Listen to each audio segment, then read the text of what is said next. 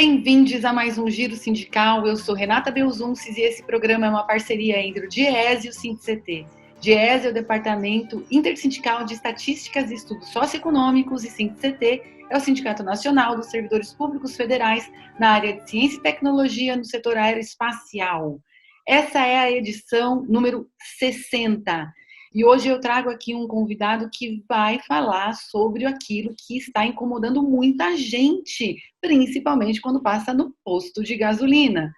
Tem aqui conosco Clovelmar Cararini, que é técnico do DIEESE, economista. Ele é o responsável pelo nosso trabalho na Federação Única dos Petroleiros, a gloriosa FUP, que tem uma trajetória muito longa de lutas, muito consolidada no país.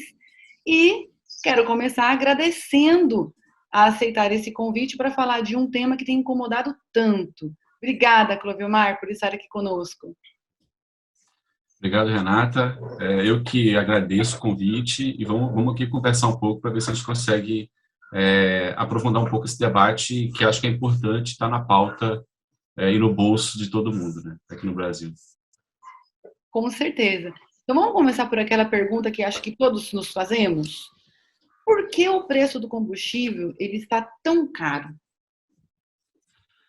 Renata, o preço de hoje, né, assim, a gente tem como exemplo o caso de gasolina que chega em vários estados, né, no Rio de Janeiro, por exemplo, onde eu moro, a gasolina já ultrapassa R$7, né, o óleo diesel perto dos R$6.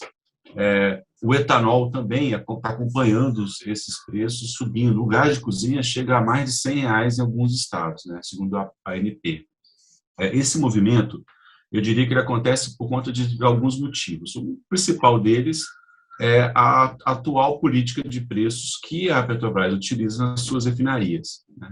Só para entender assim, um pouco rapidamente sobre isso. A Petrobras, a partir de 2016, toma a decisão de praticar preços em suas refinarias acompanhando os preços internacionais, né? E aí, para isso, ela continua produzindo derivados nas suas refinarias. É bom lembrar que ela é responsável por 99% da produção nacional de derivados. A gente tem um parque de refino no Brasil com pouca presença privada, mesmo aberto esse mercado, né, para a presença de empresas privadas, elas não entraram, não construíram refinarias e a gente sempre depende da Petrobras nessa produção. Ela passou, a partir de 2016, a todo movimento de subida ou descida dos preços do barril de petróleo no mercado internacional, ela acompanha essa variação aqui também nas suas refinarias. Além disso, e como esse preço é em dólar, você tem também a referência que é o câmbio, né? Então, toda vez que mesmo que o preço do barril caia, mas se o dólar sobe aqui no Brasil, o preço continua subindo ou caindo. Também, então, passa a ter uma interferência no preço dos derivados, o preço internacional e o dólar. E ela também utiliza, né, nessa política, o que seria o preço de importação. Então, para além do preço internacional, né, do barril de petróleo, você tem o quanto seria a importação de gasolina para o Brasil. Ela pega e, a partir disso, ela vai acompanhando os preços aqui nas refinarias. Esse é um motivo. Aí depois a gente pode discutir mais sobre ele. O segundo motivo, que eu acho que também é um pouco falado, mas eu acho que tem que sempre lembrar, é que o Brasil sempre foi dependente o Brasil deveria ter construído mais refinarias, o Brasil deveria ter feito mais investimentos nesse setor. E a gente passou por um período de construção de refinarias, ali entre o período de 2005 e 2006, mais recente, né? Nosso parque de refino, vamos lembrar, ele é dos anos 50 até os anos 70. É toda a construção do nosso parque de refino. Então, a partir de 2000 e depois, uma redução total de investimentos nesse parque. Quando chega agora em 2005, 2006, até 2014, por aí, você tem um movimento de adaptação dessas refinarias, investimentos que a Petrobras fez para aumentar a produção dessas refinarias. O Brasil aumentou sua produção de derivados e também a construção de novas refinarias. O caso da refinaria Abreu Lima, em Pernambuco, a possibilidade de construção de uma refinaria no Maranhão, outra no Ceará, aqui no Rio, com Comperj, que também seria uma refinaria, ou seja, a gente teria que ter um aumento do nosso parque de refino que não teve. Então, eu diria que, assim, se a gente tivesse mais refinarias no país, investimentos, mais refinarias, aumentasse a produção interna, a gente poderia ter também um preço menor, porque a gente aumentaria a nossa produção e teria que importar menos, né, de certa maneira. Mas esse é um motivo que eu acho que não é tão importante quanto o primeiro. Sem dúvida, a política de preços é o principal motivo para isso. Bom, também quero que a gente explore mais isso, para que a gente possa entender o que é essa política de preços e principalmente por que ela foi alterada. Mas antes disso, também, ainda falando sobre esse preço que aí está, tem um debate, Clovemar, que você com certeza deve estar acompanhando, que é de responsabilizar os entes subnacionais, os governos do Estado, pelo alto preço com base nos impostos. Então, o quanto que os impostos ajudam, pesam esse preço final e o que é responsabilidade de cada ente da federação? Antes de falar um pouco sobre isso, eu queria só detalhar o seguinte: a gente está falando do preço, nesse caso, né? Os impostos entram no preço. Na produção, você tem lá o imposto, né?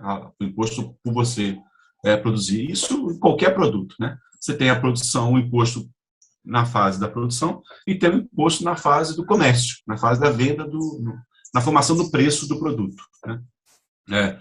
Para um computador, você tem os impostos na construção dele e tem os impostos cobrados quando você vende ou quando você compra esse computador. A mesma coisa com gasolina, diesel e tal. Então, o imposto ele entra numa fase que é a fase, nesse caso do preço, ele é uma parcela do preço da gasolina, do óleo, diesel, né, do gás. Depois eu quero falar um pouco sobre isso. Mas o preço ele é formado, né, com os impostos, com o custo de produção, né, com todo o processo. O preço também é muito importante para pensar a estratégia da empresa que está vendendo aquele produto.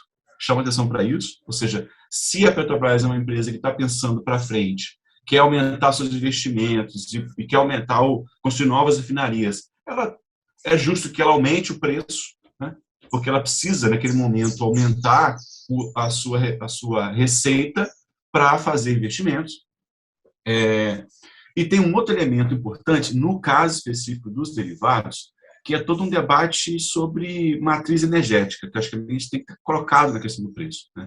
Se você olha alguns países do mundo, a Europa, por exemplo, ela tem como opção do país aumentar os impostos de gasolina, óleo diesel.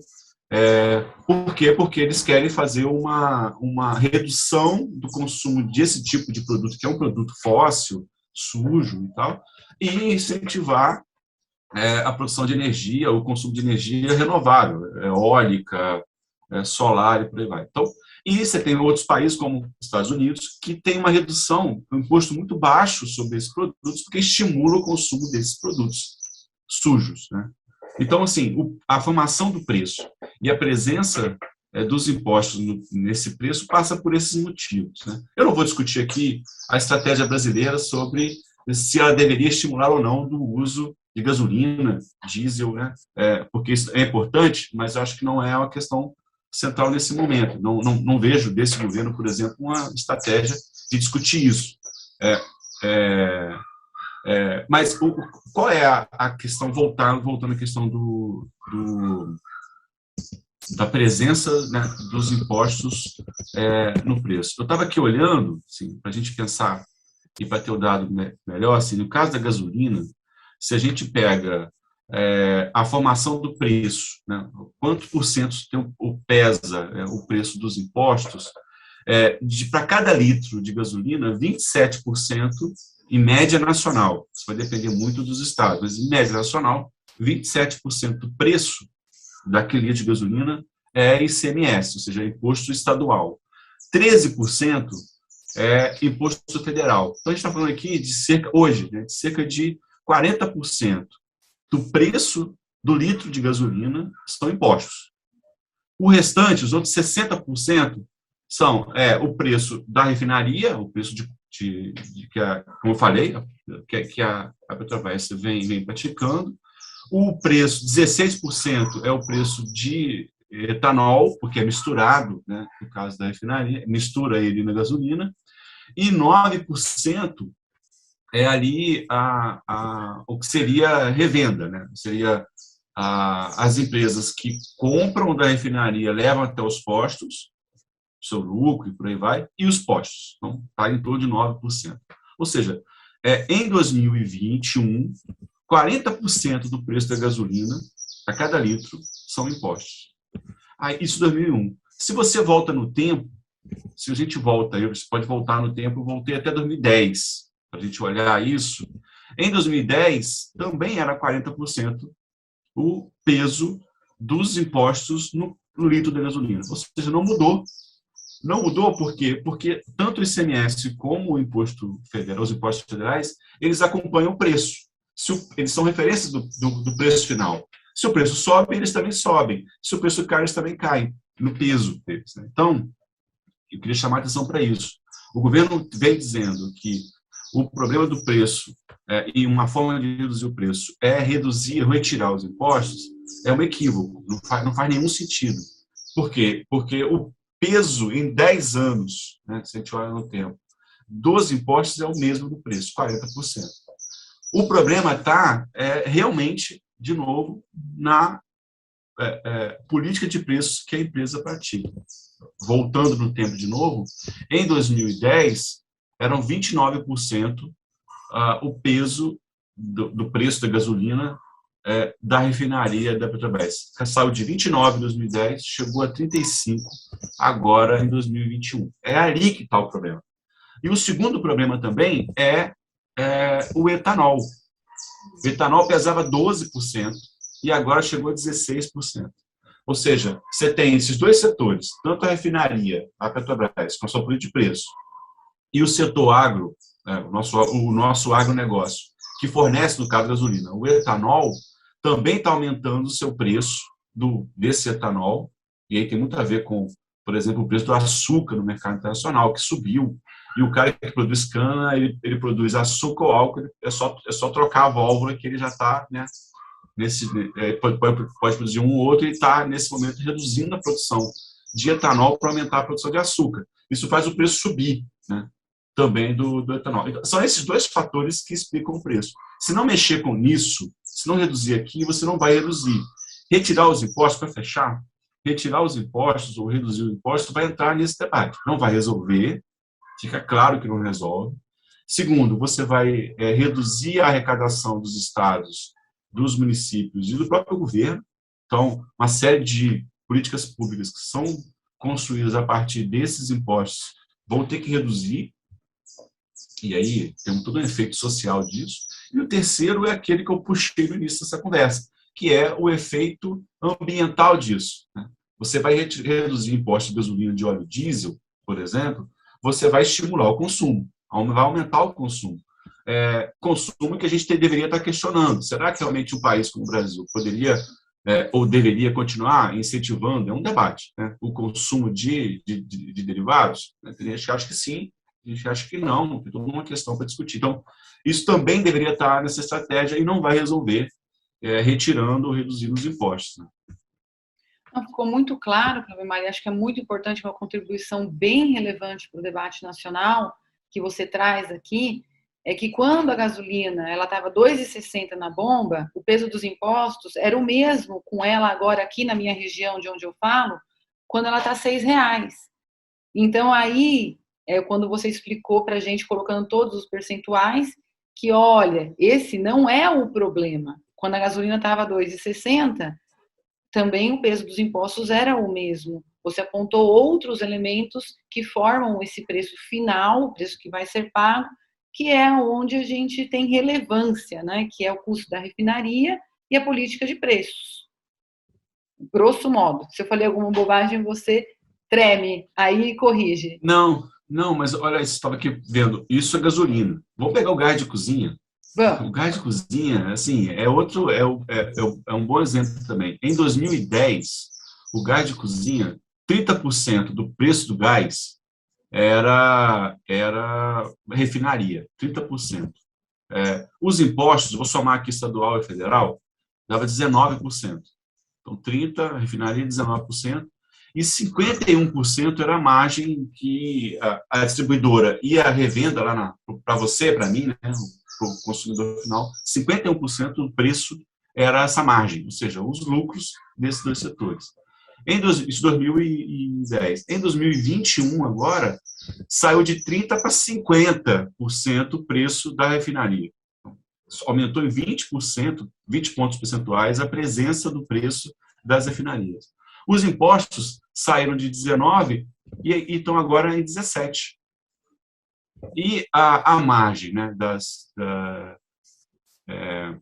distribuidora e a revenda saiu de 51% e caiu para 33%. Ou seja, no caso do gás, também, novamente, sem dúvida nenhuma, o preço da refinaria que está impactando no preço final do gás. Se você retira os impostos do gás, você não vai resolver o problema, porque ou aquela parte de cima, né, ou a margem da revenda vai absorver o valor dos impostos, ou a refinaria vai aumentar e vai absorver o valor dos impostos. Então, o imposto, nesse tipo, quando você retira, dificilmente ele vai chegar na mesma velocidade ou na mesma queda que deveria chegar ao consumidor. Por quê? Porque ele vai tem grande chance de ser absorvido pelos tanto os empresários que estão na revenda, quanto a refinaria, quanto a Petrobras, que também está produzindo aquele produto. Jovimar, uma pergunta, aquela que vai fazer as pessoas tremerem. O preço ainda pode subir mais? Pode. Desde 2016 que a gente não tem mais garantia. Acho que esse é um ponto importante para pensar, assim, e pensar até diferente, né? A gente não tem mais garantia de uma estabilidade no preço final e não tem mais garantia do preço, que o preço caia, assim, infelizmente, na mesma velocidade que sobe. E aí depois eu posso falar mais, tem dois fatores. O primeiro fator é esse. Assim, se o mundo ainda tem um consumo grande a grande fonte de energia do mundo ainda é o petróleo, então é uma fonte muito importante, e a cada momento, e agora reduzindo, né, o peso da pandemia e aumentando a circulação de pessoas, aumenta a circulação, aumenta o consumo desse tipo de produto, que aumenta a procura, então os preços vão subindo. Não é à toa que esse ano de 2020 foi um ano de queda, de muita estabilidade no preço. 2021, o preço começou um movimento de subida. Começou com um ano em $40 o barril, hoje está em torno dos $70. E está subindo. Então, esse é um efeito. Além disso, tem o câmbio, né, que não há nenhuma garantia com esse governo e com a estabilidade política que ele causa, e também reflexo na economia, nenhum movimento de redução no valor do dólar. Então, há sim um movimento de, como está acontecendo agora, de subida do dólar. Esses dois fatores vão empurrando cada vez mais os preços das refinarias, porque tem a política de preço que acompanha esses dois elementos. Então, a expectativa é de continuar subindo, infelizmente, né? Isso pensando em relação à política de preço, né? Um outro elemento que acho que também vai impactar tem muito a ver com o próprio debate sobre inflação, que é isso, que é o brasileiro também voltando a consumir e aumentando a procura por esses produtos, ou seja, mantém o preço subindo, né? Então, a expectativa é ruim, de que a gente vai continuar subindo esses preços de derivados.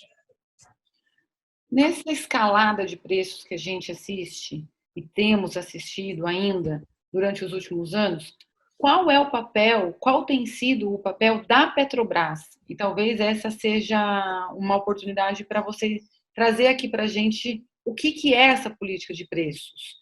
E ela foi mudada em 2016 e foi aí que a gente começou a sentir e não paramos de sentir o aumento. Eu vou voltar um pouco no tempo para pensar essa política de preços, né? Como eu falei, o preço daquele produto, no caso dos derivados, no caso da Petrobras, tem muito a ver com a estratégia que a empresa tem para frente, né? Ela faz um plano de estratégia, um plano de negócio para frente, e o preço do derivado no mercado nacional é muito importante. É o principal fator, né, para essa empresa como a Petrobras. O Brasil está ali entre os 7 maiores, 8 maiores consumidores de derivados do mundo. O Brasil é um mercado consumidor imenso, imenso. Além disso, o Brasil tem uma produção de petróleo muito grande. A gente chegou agora, a produção nacional, chegando perto dos 4 milhões de barris dia de petróleo. A gente consome cerca de 2 milhões, 2,4 milhões, 2,5 milhões de barris dia. E nossa produção de petróleo está lá nos 4, quase nos 4 milhões. Então, a gente hoje já tem um movimento de exportação de petróleo cru e ainda consegue abastecer naturalmente, totalmente a nossa população, né? O problema está no refino.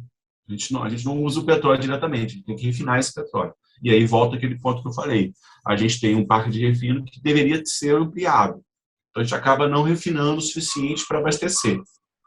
Claro, a gente poderia ter mais refinarias, refinar o nosso petróleo e vender derivados. Seria melhor até para a nossa balança social.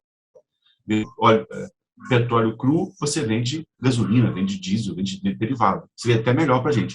Mas isso é um outro debate também de política industrial. Bem, a política de preços tem a ver com isso. Esse mercado para a Petrobras, o principal, se a gente pegar no valor, uma empresa como a Petrobras, que é uma gigante, ela está ali em torno de 80% do seu faturamento tem a ver com o setor de refino. Por quê? Porque ela é uma empresa que produz muito petróleo e que vende esse petróleo, refina e vende esse petróleo para o seu próprio país, né? Diferente de países que têm, Oriente Médio, uma produção grande de petróleo, não tem refinarias e vende petróleo cru.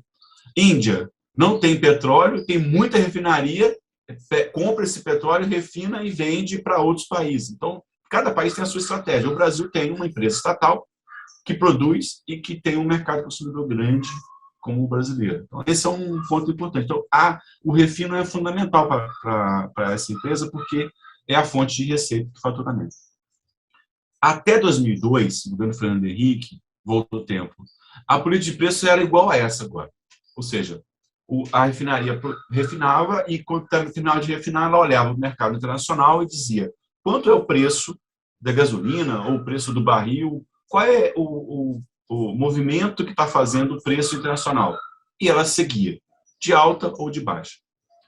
Pós 2003, a gente tem um processo de uma mudança nessa política de preço.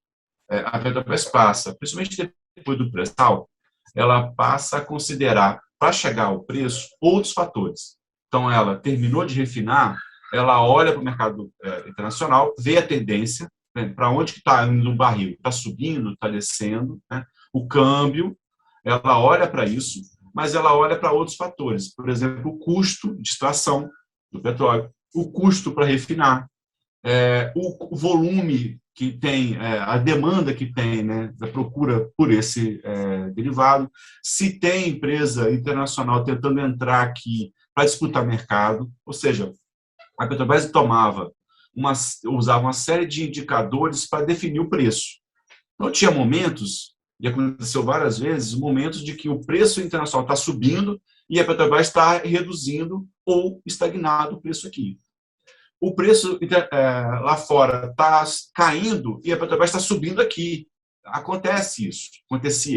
Porque isso dependia muito dessa estratégia e desses fatores que eu falei, outros fatores. Em 2016, como eu falei, a empresa retoma aquela política lá atrás de esquece o custo. Para ter uma ideia, assim, o custo de extração de petróleo da Petrobras saiu de $20 em 2014 e agora está, em média, $6. O custo caiu de 20 para 6. Ou seja, você tem um aumento da produção, você tem uma redução do custo para produzir petróleo e para refinar, e o preço sobe. Não faz muito sentido, né? Então, assim, tem um pouco... esse é o efeito e o peso da Petrobras nessa questão do preço. Por que isso? A resposta está na estratégia que a empresa adota, né? Se em 2002 a estratégia era aumentar dividendos para pagar acionistas, aumentar lucro, e aí, nesse sentido, aumentar dividendos e pagar acionistas. Em 2003, ali, né, até 2014, 2016, a estratégia era manter a sua política de investimentos, né, a descoberta do pré-sal, tem tudo a ver com o refino isso, né? A gente descobriu o pré-sal e que nos salvou, porque a gente estaria hoje importando petróleo cru. A gente descobriu o pré-sal graças às refinarias, graças a uma política de preços que levava em consideração o volume que eu preciso para fazer investimentos. Pago dividendos, tenho lucro, pago dividendos, mas faço investimento, né? Vou procurando outras fontes de energia, eu vou procurando outras estratégias. Agora não. Agora é todo o lucro possível que eu consigo retirar com a venda de derivados de preço altíssimo no país, tem a ver com o pagamento de dividendos para os seus acionistas. Que vai muito bem, obrigada, não é mesmo? Esse ano ela antecipou, ou seja, ela nem fechou o resultado ainda, ela já antecipou mais de 31 bilhões de pagamentos aos acionistas. Então, alguém está ganhando com essa política de preços, não é mesmo? Podemos colocar assim? E se sim, e se podemos colocar assim, é preciso também que a gente entenda ou possa responder se a gente está pagando com o preço na bomba pelo valor pago aos acionistas. Sem dúvida. Sem dúvida. A Petrobras, em 2020, em plena pandemia, foi uma das pouquíssimas empresas, ela e a Saudi Aramco, que é estatal da Arábia Saudita, foram as duas únicas. Na minha pesquisa, como quase 50 petroleiras no mundo, foram as duas únicas que tiveram lucro. A Petrobras e a Saudi Aramco. Todas as grandes petroleiras estatais ou privadas do mundo tiveram prejuízo em 2020. O lucro da Petrobras em 2020 foi menor do que o volume de dividendos que ela pagou. Ela usou reserva de lucro que ela tinha para pagar dividendos para os seus acionistas. Então, é só para mostrar o tamanho do absurdo do ano passado. Esse ano, o absurdo é maior, porque uma empresa que pagou, né, vai pagar 31 bilhões de dividendos, pode ser maior, ela vai depender muito do resultado do ano, mas ela já antecipou 31, podendo ser maior, tanto 2020 quanto 2021, o motivo para isso são praticamente dois motivos. Primeiro é esse, né? Como eu falei, 80% do seu faturamento vem das refinarias, que tem muito a ver com o preço, tem tudo a ver com o preço que ela está praticando aqui. Então, a Petrobras ela tem, nesse momento, uma estratégia de vender petróleo para fora. A Petrobras está, hoje, a cada dia, exportando cerca de 1 milhão de barris de petróleo cru, média, né? Todo dia. Então, está vendendo petróleo para fora por um preço maior, agora com a subida do preço, isso é positivo. O segundo motivo é esse, porque ela pratica também um preço aqui muito alto para nós, né, consumidores, mas muito rentável para ela. Então, essa é uma fonte. A segunda é a venda de ativos. Ela está vendendo parte dos seus ativos, parte da sua estrutura. Já vendeu até uma refinaria, né? Vendeu duas refinarias. Vendeu a refinaria na Bahia e agora acaba de vender a refinaria no Amazonas. Então, está vendendo uma série de empresas subsidiárias, campos de petróleo, para aumentar, garantir, né, um lucro maior no ano e pagar dividendos. Essas duas políticas, é bom deixar claro aqui para os acionistas que essas duas políticas elas são temporárias, seja uma em relação à demanda, né, à venda de preços de derivados, vai chegar cada vez mais em uma situação que a população não vai conseguir consumir mais, né? Então, a gente vai entrar daqui a pouco com essa inflação subindo, disparando, num movimento muito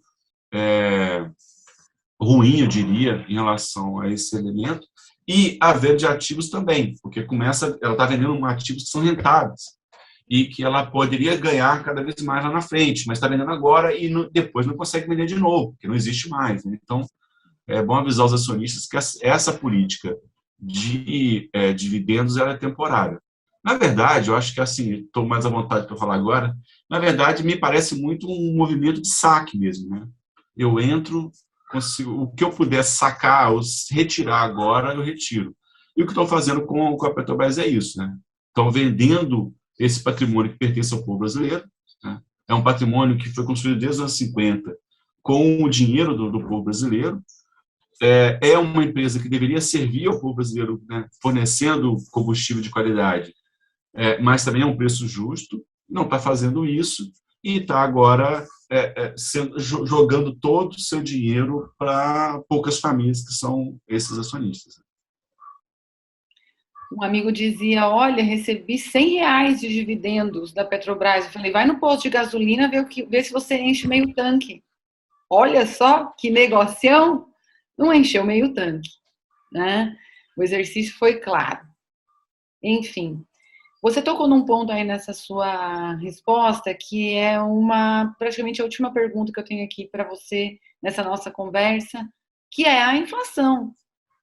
Hoje a gente tem pelo INPC 10,42%, uma inflação muito alta, numa situação já bastante penalizada pelo desemprego e por toda uma condição aí que a pandemia ainda gera, nós ainda estamos em pandemia, e o combustível, esses preços que nós estamos discutindo aqui, tem muito impacto nisso, Clovelmar? Quanto você diria que tem de impacto?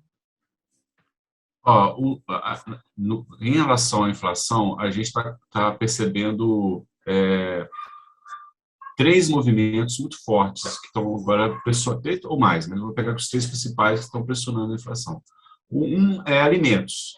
Né? Os alimentos estão subindo muito, tem muito a ver com, aí tem a ver com alguns fatores, mas o alimentos com esse aumento do consumo internacional e a nossa produção, o nosso agronegócio, com uma lógica de exportar arroz, exportar feijão, exportar todos os produtos que a gente consome e também praticar preços internacionais. O caso da carne é isso, né? A gente acaba pagando aqui preço de carne no mercado internacional. Imagine, na questão ambiental, pensando, um país que tem usa uma parte importante das suas terras para produzir gado, né, produzir carne, e na hora de consumir isso, a população daquele país não consome porque a carne é exportada ou consome pagando o preço de carne exportada. Para quem não é do Brasil, está muito confortável, porque não tem nenhum efeito, não tem que reservar terra para boi e pode pagar o preço da carne. Então, tem muito a ver com isso. Esse é um elemento que está pesando em relação a alimentos, né? Talvez o principal. O outro fator tem a ver com, segundo, tem a ver com energia elétrica e a questão ambiental, de novo, né? A questão da seca e dessa chamada crise hídrica, né? Tem muito a ver também com o nosso agronegócio, porque ele consome muita água e acaba retirando água, né, desses reservatórios. Tem a ver com toda a questão do desmatamento e chuva e por aí vai, e também investimentos, porque a gente acaba, como a nossa matriz energética, ela é muito ligada à hidráulica e é ambientalmente até boa nesse sentido, limpa, mas ela precisa de reservas de água estocada, não consegue estocar porque não chove. Então, tem uma questão ambiental também envolvida nisso que está impactando o preço da energia elétrica. O terceiro fator é esse, combustível. É diesel e gasolina que estão subindo cada vez mais. A gasolina e o diesel principalmente tem um efeito que é direto e indireto, né? Porque você pode, o próprio diesel que você consome, o nosso agronegócio consome diesel com trator e por aí vai, então também sobe o preço ali de alimentos.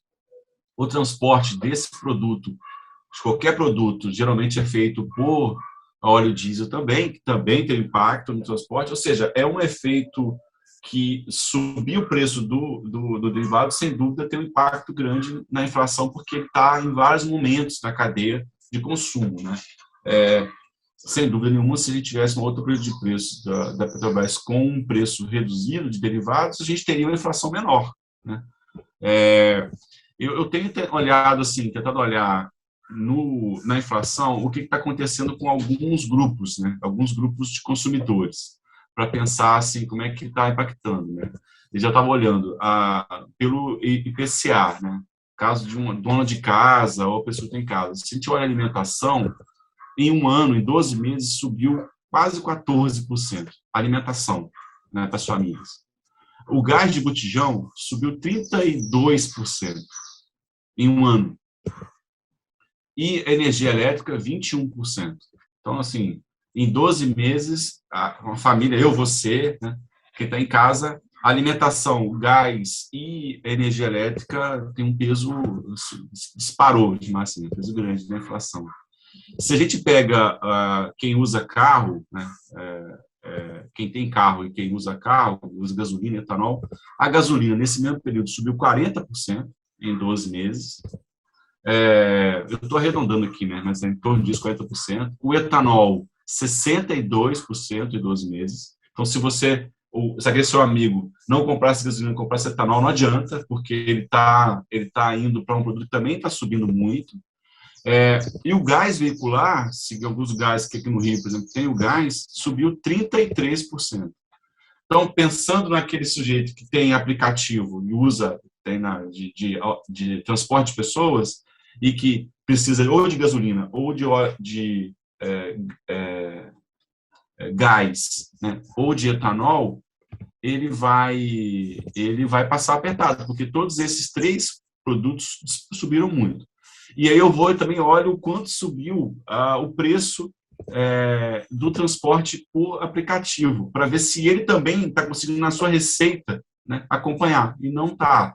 Subiu apenas 6% no mesmo período. Então, o motorista de aplicativo está sofrendo muito, porque ele não consegue repassar no preço não vou nem discutir aqui como é a política dessas empresas de aplicativo com seus motoristas, mas ele não consegue repassar para o preço, para o seu faturamento, e está aumentando muito para a sua principal fonte, o seu principal custo, que é o transporte.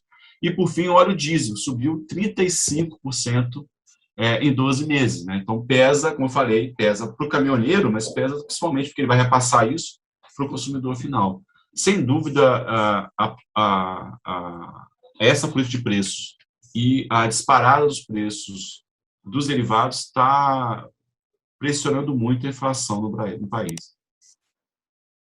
Olha, está sendo um programa muito esclarecedor, mas não é daqueles mais animadores que a gente já fez por aqui, não, viu, Clovemar? Acho que você ainda entende, né, e concorda, né? Eu queria te agradecer demais, né, pelas suas explicações serenas, claras. Eu aprendi muito, acho que todos nós aqui, todos aqueles que nos vão assistir e nos vão ouvir também. Quero pedir para você, se você acha que esse trabalho nosso vale a pena e merece ser conhecido por mais pessoas, deixa o seu like, faz o seu comentário, compartilha, mostra para as pessoas, olha, o preço da gasolina está caro, e aqui tem uma explicação técnica, tranquila, que deixa todo mundo confortável para entender esse mundo que a gente está vivendo. Clovemar, muito obrigada. Eu que agradeço o convite. É sempre bom assim poder participar de eventos como esses, de atividades como essa, né? Porque acho que ajuda a gente também a pensar, porque assim, essas respostas elas são ruins, eu diria, né? Esse cenário é um cenário ruim, eu diria, porque tem muito a ver com as escolhas que tanto a empresa, com as instituições de governo que controla a empresa, está adotando. Faz parte de um cenário ruim. A gente, na verdade, está abrindo uma janela e está olhando para um setor, para alguns elementos desse setor, mas o entorno também está muito feio, né? Está muito ruim, o entorno dessa casa. Né? Eu abri a janela para um lado, nós abrimos aqui hoje uma janela para um lado, e essa janela nos mostrou um pedaço do que está ruim lá fora. Né? Vamos chamar assim. Tem muito a ver com essa política adotada. Né? É uma escolha que é uma escolha, infelizmente, uma escolha que joga todo o peso, né? Privilegia um grupo pequeno, de quem tem as ações da empresa, ou de quem está disputando, de certa maneira, o território com essa empresa, está comprando ativos dessa empresa, e, por outro lado, penalizando ruim para um volume imenso de pessoas que precisam desses produtos para viver, para ter sua renda, mas também para poder consumir, né? Eu espero que na próxima vez que eu voltar a gente possa ter notícias melhores, né? Que a gente possa fazer uma conversa mais prazerosa nesse sentido. Infelizmente, essa hoje vai ser ruim, porque é isso que eu falei, a janela está abrindo para um cenário ruim lá fora. Mas a gente está sempre à disposição para vir conversar com você. Obrigado pelo convite. Eu agradeço demais.